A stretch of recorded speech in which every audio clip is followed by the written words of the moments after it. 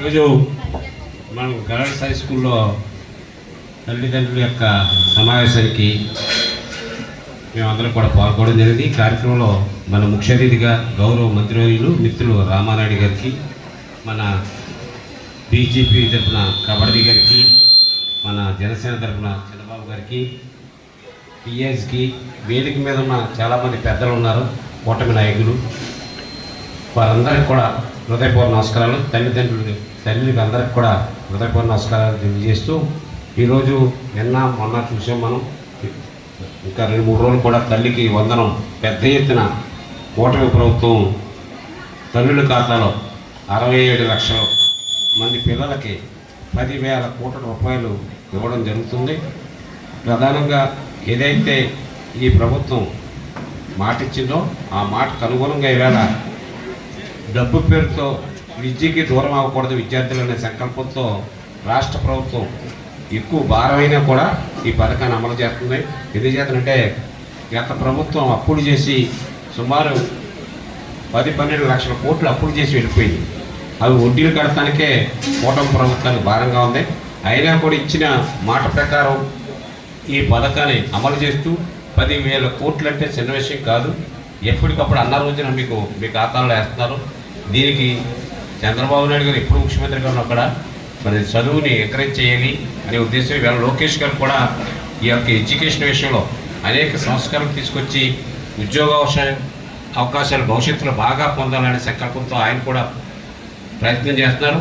ఎక్కడ పెట్టుబడులు వస్తాయంటే అక్కడి నుంచి పెట్టుబడులు కూడా మన రాష్ట్రానికి తీసుకొచ్చి అనాథగా ఉండిపోయినటువంటి మన రాష్ట్రాన్ని అన్ని రంగాల్లో అటు మోడీ గారి యొక్క సహకారం కానీ ఇటు పవన్ కళ్యాణ్ గారి యొక్క సహకారం కానీ తీసుకుని పెద్ద ఎత్తున అమలు చేయడం, మరి బడ్జెట్లో కూడా ఎక్కువ శాతం ఎడ్యుకేషన్ ఖర్చు పెడుతున్న విషయం కూడా మీరందరూ పెద్ద తల్లులు తండ్రులు కూడా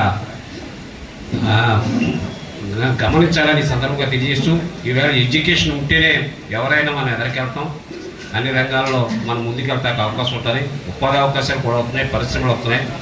రేపొద్దున ఏ ఉద్యోగంలో చేరిన మీ అమ్మాయిలు 1,50,000 2 లక్షలు సంపాదించే విధంగా ఈ ప్రభుత్వం కృషి చేస్తుంది. ఇవన్నీ కూడా మీరు అర్థం చేసుకుని కూటమి ప్రభుత్వానికి అండగా ఉండవలసిన అవసరం ఉంది. మరి చదువు ఉంటేనే ఎదరికెళ్ళే అవకాశం ఉంది. మరి ప్రధానంగా అమ్మాయిల విషయాల్లో బాలికల విషయాల్లో కూడా మీరు బాగా చదువుతున్నారు. ఈ మధ్యకాలంలో అన్ని ర్యాంకులు మీకు వస్తున్నాయి. ఐఏఎస్లు అవుతున్నారు, ఐపీఎస్లు అవుతున్నారు, పోలీస్ డిపార్ట్మెంట్లో కూడా ప్రవేశిస్తున్నారు. ఇవన్నీ కూడా ప్రభుత్వం కల్పిస్తున్న సౌకర్యాలు ఉపయోగించుకుని మీరు ఎదరికెళ్తున్నారు. తల్లిదండ్రులు కూడా మగవాళ్ళు చూసినంత ప్రేమతో కంట ఎక్కువగా మీరు చూస్తారనేది వినికిడి వాస్తవం. మగవాళ్ళు మేము 60 ఏళ్ళు దాటితే నాకు 2 అబ్బాయిలే, కానీ ఆప్యాయతలు తగ్గిపోతున్నాయి. అంత ఆడవాళ్ళకున్న అనురాగం ఉండలేదు. అందుచేత ఇవన్నీ కూడా గ్రహించి మీ తల్లిదండ్రులని బాగా చూడాలి. మిమ్మల్ని ఎంతో కష్టపడి వాళ్ళు ఎంతో శ్రమపడి మిమ్మల్ని చూసి ఎడ్యుకేషన్లో ఈ రకంగా తీర్చిదిద్దుతున్నారు. అవన్నీ కూడా మీరు తెలుసుకుని మీ తల్లిదండ్రుల పట్ల సేవాభారంతో ఉండాలి. ఎడ్యుకేషన్ ఉంటేనే మనం బాగా ఎదరికెళ్ళగలదు. నేను కూడా చాలా మీటింగ్లో చెప్పాను, మెట్రికులేషన్ 7 సార్లు ఫెయిల్ అయిపోయాను.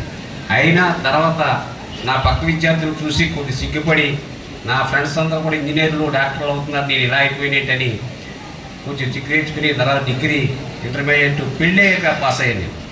పెళ్ళి అయిన తర్వాత ఇంటర్మీడియట్ డిగ్రీ పాస్ అయ్యాను. దానివల్ల ఈవేళ నేను 2 సార్లు ఎమ్మెల్సీ అయ్యాను, 2 సార్లు ఎంపీపీ అయ్యాను, ఒకసారి జడ్పీ వైస్ చైర్మన్ అయ్యాను. కేవలం ఎడ్యుకేషన్ ఉండడం వల్ల ఎంత ఉన్నత స్థాయి. తర్వాత ఎన్టీ రామారావు గారు, చంద్రబాబు నాయుడు గారు ప్రోత్సాహం వల్ల కూడా ఇన్ని పదవులు చేశాననేది ఈ సందర్భంగా తెలియజేస్తూ, ఈవేళ మాకైతే ఆడపిల్లలేదు, కొంత బాధగా ఉంటుంది. ఏదేమైనా మీరందరూ కూడా తల్లిదండ్రుల పట్ల అప్రమత్తంగా ఉండి మంచి పొజిషన్లోకి మీరు వెళ్ళాలని ఈ యొక్క చేస్తున్నటువంటి ప్రభుత్వాన్ని మీరు ఎప్పుడు కూడా గుర్తుంచుకోవాలి, అండగా ఉండాలని తల్లులకి విజ్ఞప్తి చేస్తున్నాను. ఇంత మన పట్ల ప్రభుత్వం ఇంత శ్రద్ధ తీసుకుంటుంది. కేవలం ఏదో రోడ్లు లేని ఇంకో పనే కాదు, ఎడ్యుకేషన్ కూడా. కేరళ లాంటి రాష్ట్రం, అక్కడ ఐఏఎస్లు ఐపీఎస్లు బాగా చదువుకుంటున్నారు. కేరళ రాష్ట్రంలో ఎప్పుడో చదువులో ముందందుకు వెళ్ళారు కేరళ రాష్ట్రం. ఎందుకంటే వాళ్ళు 50% ఎడ్యుకేషన్ కోసం ఖర్చు పెడతారంట వాళ్ళ బడ్జెట్లో. అంచేత మన రాష్ట్రం కూడా చంద్రబాబు నాయుడు గారు ఇక్కడ ఉన్నటువంటి పుట్టబోయే తరాలను కూడా ముందుకు తీసుకెళ్లాలని సంకల్పంతో ఎంతో తీసుకెళ్తున్నారు. మొన్న ఒక అమ్మాయి తవ్వు తెచ్చడానికి దగ్గరికి వచ్చింది, భర్తకైతే తగ్గితే మామయ్య గారు నాకు 3 సైట్లు కొన్నానండి, ఒక చిన్న ఇల్లు కొన్నాను అంటే ఇంజనీరింగ్ చేసి అంత హై పొజిషన్ 30 ఏళ్ళలోనే అంత హై పొజిషన్కి వెళ్ళిపోయింది. అంటే ఎంత ఆర్థికంగా నిలదొక్కుంటున్నారు, ఎంత వస్తుందమ్మా అంటే 2 లక్షలు ఎంత వస్తుందంట. హోంవర్క్ ఇంటికాడి నుంచే ఉద్యోగం చేస్తుందని చెప్తుంది. ఇలా ఈ రకంగా ఆడపిల్లలు చూస్తే మాకు చాలా సంతోషంగా ఉంటుంది. ఇవన్నీ ఇవాళ పిల్లలు మాత్రం జ్ఞానం బాగా పెరిగిపోయింది, సమాధానం చెప్పలేకపోతున్నాం. మా మనవాళ్ళు ఉన్నారు, వాళ్ళ మాట్లాడి అసలు మీ నాన్నమ్మ మొన్న నీరసంగా ఉంటే కనీసం పలకరించలేదురా అంటే మా అమ్మ నీరసంగా ఉంది, అప్పుడు ఎవరైనా వచ్చారండి అంటున్నాడు. అంటే ఈ రకంగా పిల్లల జ్ఞానం పెరిగిపోయింది అనే రంగాల్లో. ఇవన్నీ కూడా మీరు అందరూ గమనించాలని సందర్భంగా తెలియజేస్తూ నాకు ఈ అవకాశం ఇచ్చిన పెద్దలకి హృదయపూర్వక నమస్కారాలు.